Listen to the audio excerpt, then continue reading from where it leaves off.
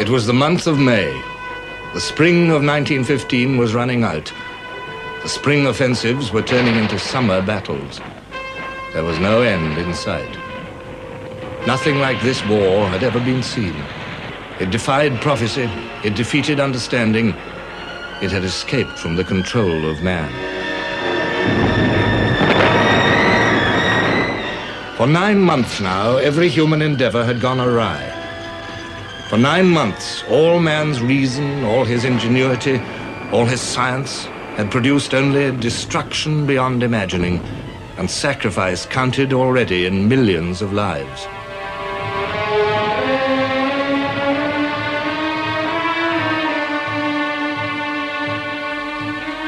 A 1,000 years of civilization seemed to be visibly crumbling.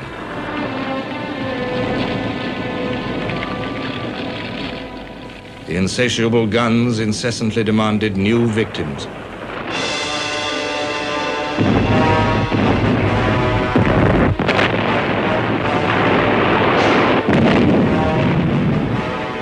At sea, underwater weapons struck at the roots of a sailor's courage.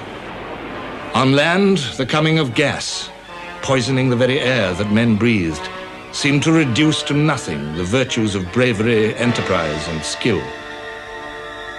Not only the soldiers, awaiting the dire chances of each day in their squalid trenches, felt the war's impact.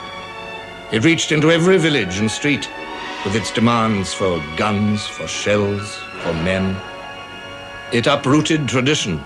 It brought pain, hardship, opportunity, above all, change. Now, Britain's years of tranquil security were over. The awakening of the British people was abrupt and brutal. It first took the form of scandal, a munitions scandal, when the news broke of the Army's desperate shortage of shells. The Times quoted Sir John French, Commander-in-Chief of the British Expeditionary Force, saying, "The want of an unlimited supply of high explosive was a fatal bar to our success."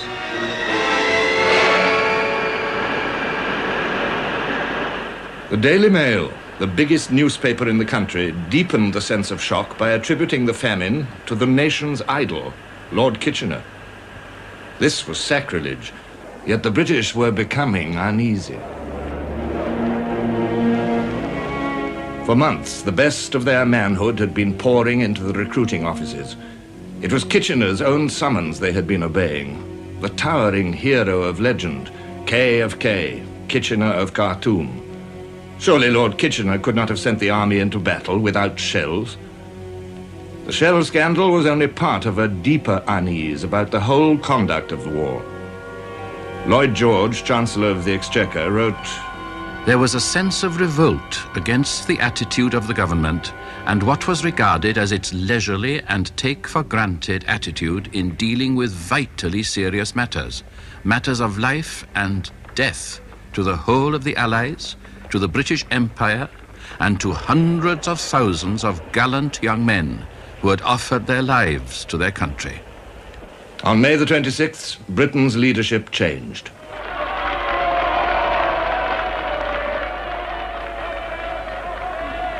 Asquith remained, but his government was now a coalition of Liberals, Conservatives, and Labour. And there was another innovation. The Prime Minister has decided that a new department shall be created to be called the Ministry of Munitions, charged with organising the supply of munitions of war. Mr. Lloyd George has undertaken the formulation and direction of this department. For a moment, the mood of 1914 was displayed once more amid the facts of 1915. Italy declared war on Austria, and crowds packed the streets of London to celebrate and to cheer Italians going home to join up. Cheering was not enough. Within 5 days of his appointment, Lloyd George was rousing the nation to face reality. "We are fighting against the best organized community in the world. The best organized whether for war or for peace. And we have been employing too much the haphazard go-as-you-please methods which, believe me, would not have enabled us to maintain our place as a nation, even in peace, much longer. The nation now needs all the machinery that is capable of being used for turning out munitions or equipment, all the skill that is available for that purpose, all the industry, all the labor, and all the strength, power, and resource of everyone to the utmost. War had outgrown battlefields. It had become the test of a nation's technology. The making of a shell case involves the metal trades, blast furnaces, steel works, iron and steel foundries, forges, stamps, drops and dies, rolling mills, drawn rod and wire works, and behind them the colliery and the iron ore quarry. It requires factories, and these in turn require machinery-covered electrical plant, factory equipment and machine tools, engines, pumps, turbines, road and rail transport, boiler making and constructional engineering work. The explosives for filling and propelling the shell from the gun involve the output of chemical works, dye works, gas works, and a great deal of very careful laboratory experiment, investigation, and testing. Germany lacked none of these things. Her industry, like her army, was organized on the grand scale. Her swift industrial growth had been based on science, on the ruthless exploitation of new ideas. Before 1914, German chemistry had supplied Britain with dyes for dresses and aspirins for headaches. Now Britain had to build her own chemical industry. There was a serious explosives famine, and without explosives, a shell was, in Lloyd George's words, just a harmless steel vase. Equally, it was harmless without a fuse. There were more than 50 parts in a shell fuse, parts that had to fit and work as accurately as clockwork. It was the big German clock and toy industries that made the fuses for the Jack Johnsons and coal boxes, which crashed on the British trenches.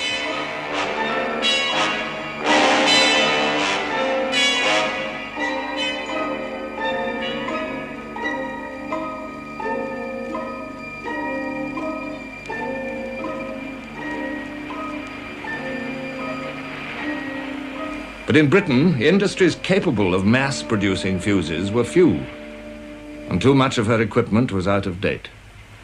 While Kitchener recruited the new armies, Lloyd George began to create new industries. On May the 27th, he walked into his office at the Ministry of Munitions to attack his colossal task. There was a table. I forget whether there were 1 or 2 chairs, but by the orders of the Board of Works, there was no carpet. I believe I had a greater struggle over getting a carpet than I had over getting £50 million for munitions. I said to my assistant, "Look at that table. Look at those 2 chairs." "Yes," he said. "What is the matter with them?" I said, "Those are the Ministry of Munitions." In France, the problems of the home front were even worse. 1/6 of her industry lay in German hands. Mobilization had drained France of fit men. More than 1 million of them had already been killed, wounded, or posted missing.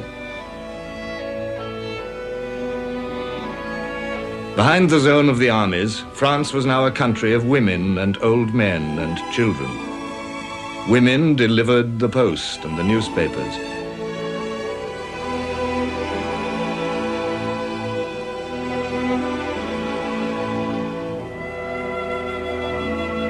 They drove the massive machines that watered the Paris streets and laid the summer dust and swept its ancient gutters free of refuse.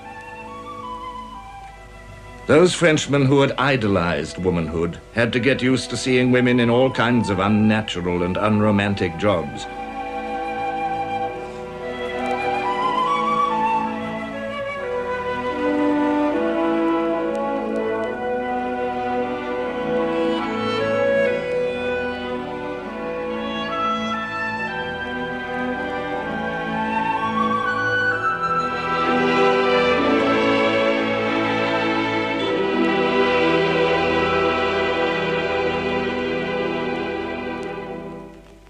The women of France farmed the rich soil with the same love as their menfolk, but they could not supply the same strength and skill.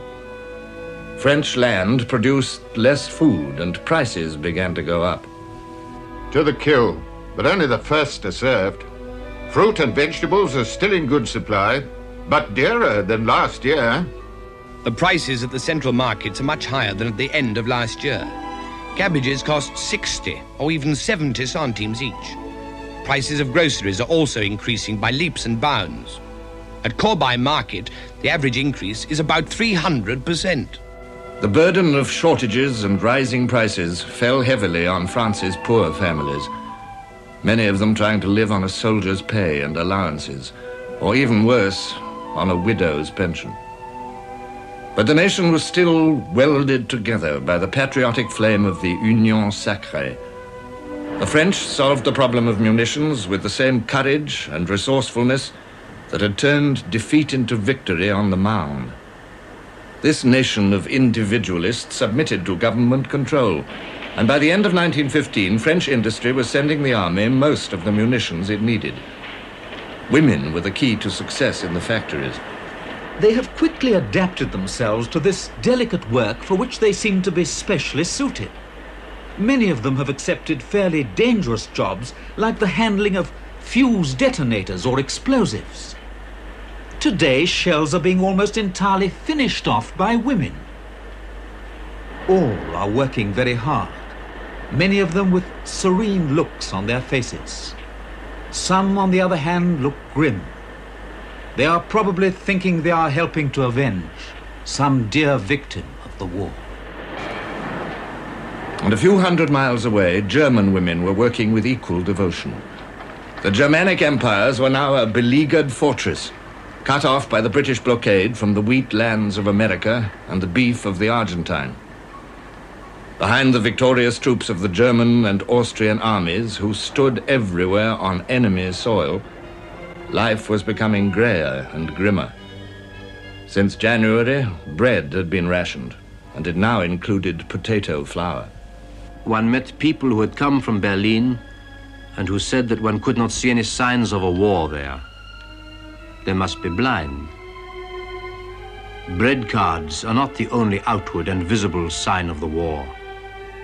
Did you ever see a private soldier, excepting a few orderlies, in Unter den Linden in peacetime?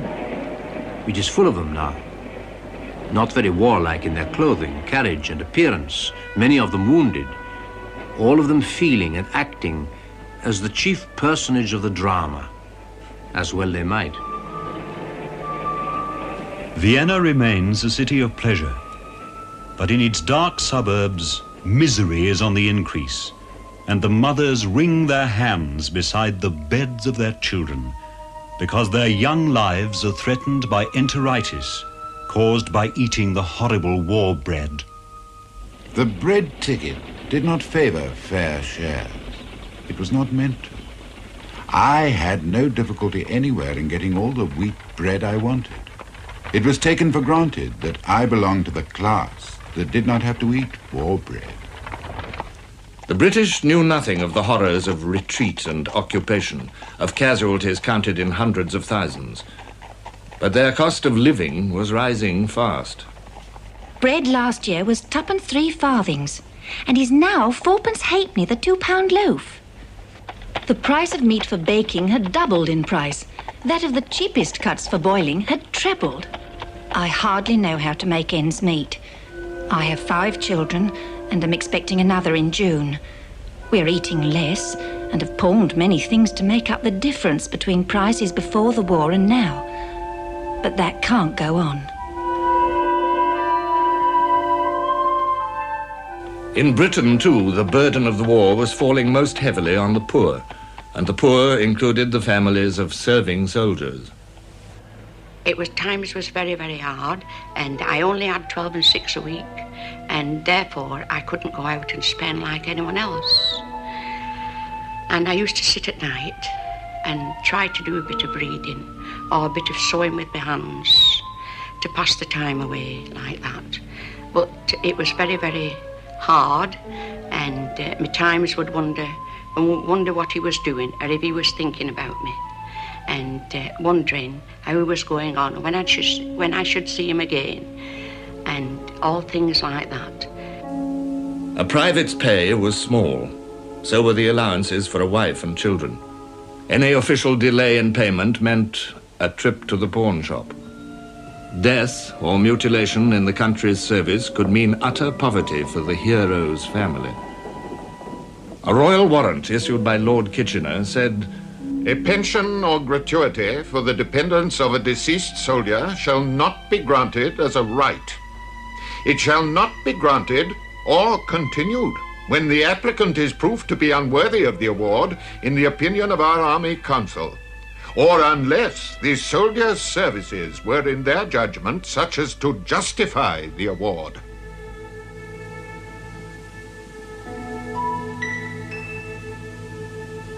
To the middle and upper classes in Britain, the war was still something to read about in the newspapers or on a poster.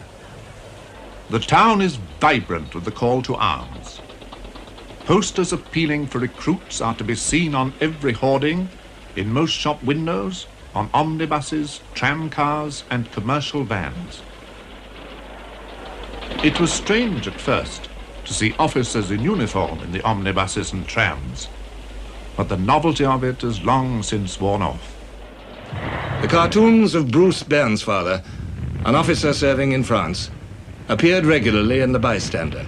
They created a new national image, Old Bill, the long-suffering soldier whose sour humor rose above every danger and discomfort. O star of eve, whose tender beam falls on my spirit's troubled dream. Give it a good ardent bird. You can generally hear them fizzing a bit first if they're going to explode. Well, if you know of a better hole, go to it. Hey, what was that, Bill? Trench mortar. Ours or theirs? And to think that it's the same dear old moon that's looking down on him. This stinking moon will be the death of us. Well, Alfred, how are the cakes? As Old Bill bestowed his advice on young Bert, the newcomer, the more frightening the danger, the funnier the joke became. Even soldiers laughed at these cartoons. People at home found them very reassuring. The reality was a long way away. They hadn't any conception of what it was like. And on occasions when I did talk about it, my father would argue points of fact that he couldn't possibly have known about because he wasn't there. And that, I think, was probably the general sort of approach and air of the public at large. They didn't know. They hadn't any conception, and how could they? They knew that people came back on leave covered with mud and lice, but that was as far. They had no idea of what kind of danger we were in. I think they felt that the war was one continual sort of cavalry charge, that one spent all day and all night chasing Germans, or they chasing us. And had they realized the strain of sitting in a trench and waiting for something to drop on one's head, I don't think they would have considered it war. Just play. And, of course, the general idea was that England couldn't possibly lose. Officers on leave noted how little the middle classes had been touched by war. In spite of the number of men in uniform in the streets, the general indifference to and ignorance about the war was remarkable. The universal catchphrase was, "Business as usual."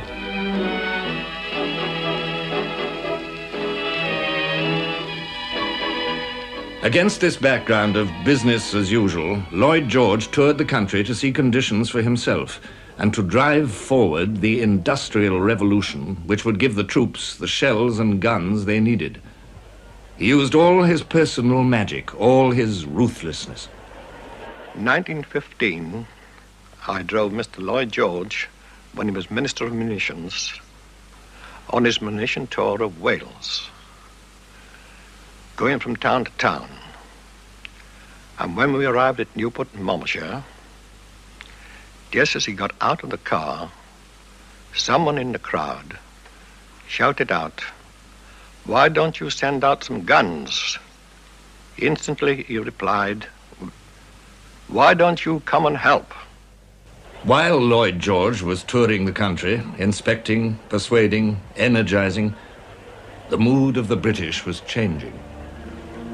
They were becoming grimmer, more bitterly resolved to strike Germany down, no matter what the cost. The violence of war had begun to touch them, too.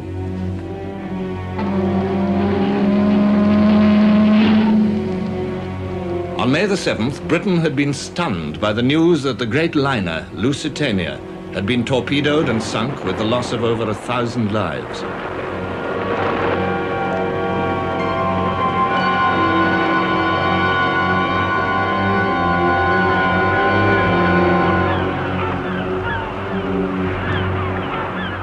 Then the survivors arrived at Liverpool with stories of the ship's last moments. There was a dull, thud-like, not very loud, but unmistakable explosion. As I ran up the stairs, the boat was already heeling over. Just after I reached the deck, a stream of steerage passengers came rushing up from below and fought their way into the boat nearest us. They were white-faced and terrified. I think they were shrieking. There was no kind of order. The strongest got there first. The weak were pushed aside. No children could have lived in that throng. A mass grave was dug for the victims in the Irish town of Cork, and indignation at this apparent act of German frightfulness flared across the country. There was another side to the story. The ship was carrying a small consignment of rifles and shrapnel shells, and her captain had ignored Admiralty instructions on how to avoid known dangers.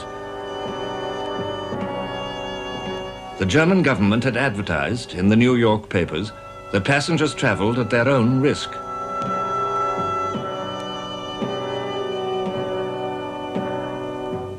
Nevertheless, anti-German riots exploded in the big industrial towns. Any shop with a German-sounding name was good for looting and smashing.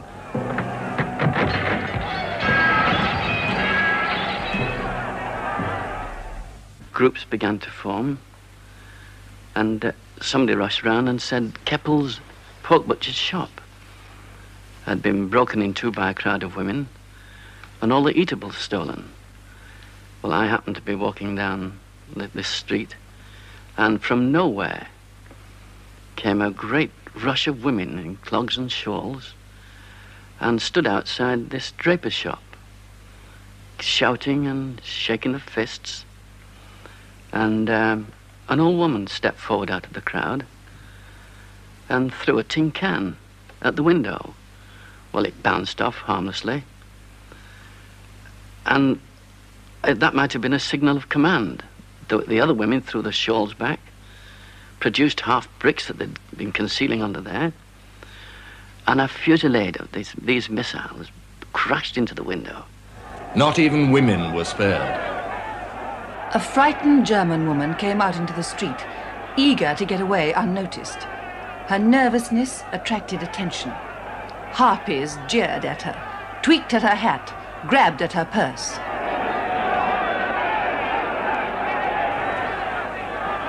Air raids sharpened the bitter hatred of the home fronts towards the enemy. For the first time in history, bombing from the air placed under fire the populations of cities far from the battlefield. Women and children were being killed, French, German, and now British. The Zeppelins first came to England on the 19th of January, 1915. On the 31st of May, they bombed London, capital of the empire, for the first time.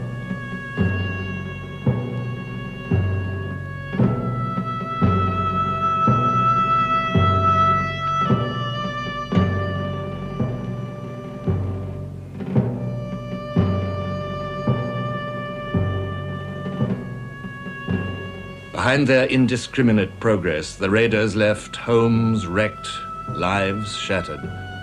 The word non-combatant had lost its meaning. The rage against Germans mounted, even those who were long naturalized British subjects. A hate campaign was deliberately worked up by John Bull, the magazine with the largest circulation in the country. By this time, we begin to know our Hun. The Hun is always the same. Yes, always the true son of Cain, the man of blood. Though his skin is white, his heart is black. every employee of the state, in government or in the services, of German birth or parentage, should be forced to resign. The innocent must suffer with the guilty. In every country at war, hatred like this seemed natural, even reasonable. The enemy was portrayed as an ogre of horrifying monstrosity, or as a discomfited clown. Dark neuroses lurked beneath the surface of civilian patriotism. Yet the patriotism was real enough. It inflamed the hearts of women as well as men. Some of its manifestations were unpleasantly hysterical. There were women who felt it their duty to force men into the services by every device of scorn and blackmail. I went to the music hall in civilian clothes on one leave, and whilst lined up outside, a lady come along, and about 35, and put a white feather into my hand. I looked at it, felt very disgusted, and there wasn't much I could do about it. As well as being given white feathers, there was another method of approach. You would see a girl coming towards you with a delightful smile all over her face, and you'd think to yourself, my word, this is somebody who knows me. When she got to about 5 or 6 paces from you, she would suddenly freeze up and walk past you with a look of utter contempt and scorn. If she could have spat, she would have spat. She just did not do that. And that was far more hurtful than a white feather, because it made you curl up completely, and there was no reply because she walked on. Thousands of other women found their patriotic outlet in Lloyd George's munitions program. These girls were drawn from domestic service, mills, and shops mostly. A lot of very young girls there, and young married women who had come principally to help keep their homes together when their husbands were away, and also many of them felt that they were helping the war effort very much. In Britain, more and more women took over from men as this industrial revolution gathered speed. By the end of 1915, there were 73 national munitions factories, as well as the armaments firms and all the privately owned industries converted to war work. American machines and British improvisation were the tools with which Lloyd George achieved success. The skilled craftsman gave way to the machine minder. Victorian methods gave way to mass production. In the closing months of 1915, the national factories' combined output was 200,000 shells, nearly all of the lighter natures. In the following year, 1916, their total output was nearly 7 million, more than half of which was medium and heavy shell. Not only in munitions did women take over more and more jobs that had always been traditionally a man's. They repaired gas holders. They shoveled coal into the retorts that made the gas. Heavy work, hot and dirty. She's a lassie from Lancashire, just a lassie from Lancashire. She's a lassie I love so dear. The first women conductors appeared on buses and trams. Though she dresses in clothes. Middle-class girls, too, left their sheltered life in the home and went to work as clerks in offices or became nurses. For women, the war marked a social revolution. While you kiss me sad adieu, when the clouds roll by, I'll come to you. Then the skies will seem more blue down in Lover's Lane, my dearie. Wedding bells will... It was terribly hard, terribly monotonous, but we had a purpose, and we meant to do that work, and we did. There wasn't a drone in the factory, and every girl worked and worked and worked. I didn't hear one grumble, and I hardly ever heard or knew of one that stayed out, because she had her man in mind, and we all had.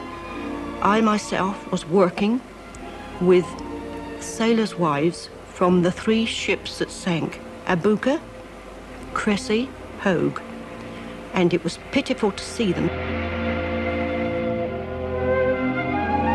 If anyone had a letter from France, we just read it, and we got to know all the girls' sweethearts or husbands. We got to know all their Christian names.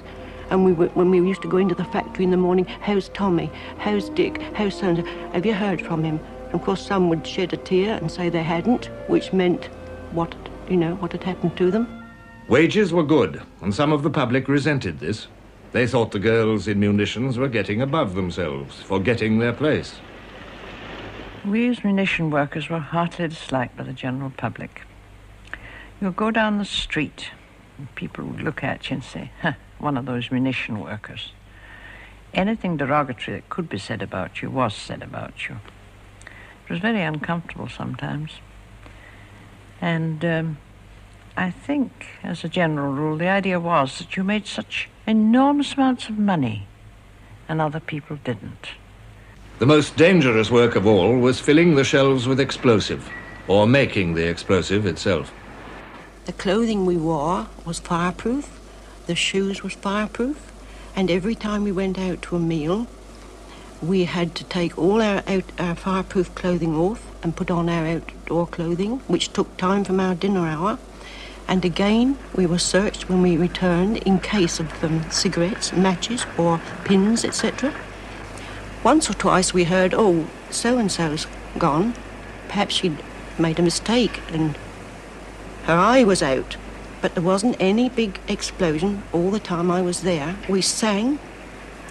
We made the little pellets, very innocent-looking little pellets, but had there been the slightest grit in those pellets, goodbye. We got home and we had a lovely good wash. And, believe me, the water was blood red and our skin from then on was perfectly yellow. Right down through the body, legs and toes and toenails even, perfectly yellow. These women were called canaries. Their devotion was essential to the success of Lloyd George's armaments program. Through no fault of their own, they were also the cause of one of Lloyd George's toughest problems in 1915. The men, the trade unions, saw them as a threat to privileges built up painfully over decades and jealously guarded. Unskilled women working machines were a threat to traditional craft skills and methods. They were a threat to the future livelihood of men bargaining with employers who could make huge profits out of the war. The trade unions fought hard against the introduction of unskilled workers. Dilution, it was called. Resolved that we refuse to entertain the proposal to allow the introduction of semi-skilled workers on work now done by fully qualified mechanics. Resolved that no woman shall be put to work a lathe, and if this is done, the men will know how to protect their rights. Each month of 1915, the number of strikes rose, from 47 in February to 63 in May. The disputes over dilution took place against a history of 100 years of bitter industrial struggle. For the first time, the trade unions no longer represented the underdog. Now there was full employment. The workers were essential to the national effort. For the first time, cabinet ministers sat down to negotiate as equals with trade unionists. It was yet another revolution. It took a firm government promise that pre-war methods would be restored at the peace, together with an act of parliament controlling the whole field of arms production, including the booming profits, before the trade unions accepted dilution. To Lloyd George, drink was another enemy, insidiously undermining his campaign for higher production. Beer could be bought in public houses which stayed open all day. Was this not a peril to efficiency? Was it not a cause of absenteeism? A new war regulation limited opening hours, and so the British pattern of life was changed in yet another way by the need for shells and guns. A slow business, a hard task, to uproot the habits of a nation steeped in tradition, over-affectionate towards old customs. Yet the king himself, symbol of one of Britain's most revered traditions, helped the change forward. He toured the industrial areas without fuss or pomp to persuade the workers that they too were performing national service. Without an adequate supply of shells, we cannot hope to win, he told them. As an example of self-denial, he signed the pledge, and alcohol vanished from the royal household. He visited the wounded in hospital and the homes of their families. The king spared no effort to bind the monarchy and people together by shared experience.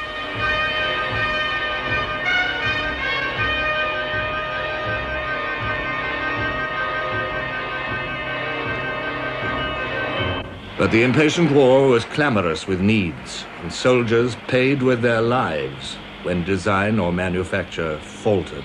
The money was raised by 5 shillings a week for everybody, and then they introduced a bonus system.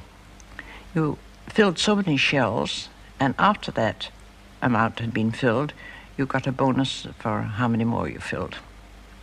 This was a very bad thing, really, because it led to carelessness. People were not careful. The shells would come back to us as either too heavy or too light, and that was, of course, a very bad thing because they might fall short when they were fired. At present, our high explosive for 18-pounders is so unreliable that we cannot use it in large quantities. We have lost 36 guns in a month by premature explosions. This represents the highest percentage of bursts ever suffered by any artillery on both sides in this war. Even by the end of the year, most of the shells issued to the troops were the result of orders placed under the War Office system which Lloyd George had so attacked. A third of them came from American and Canadian factories. Not until 1916 could Lloyd George's colossal program produce war material in overflowing abundance. Nevertheless, the British were rousing themselves, flexing their dormant muscles. Civilians and soldiers, industrial as well as military might, the Allies were moving into total war.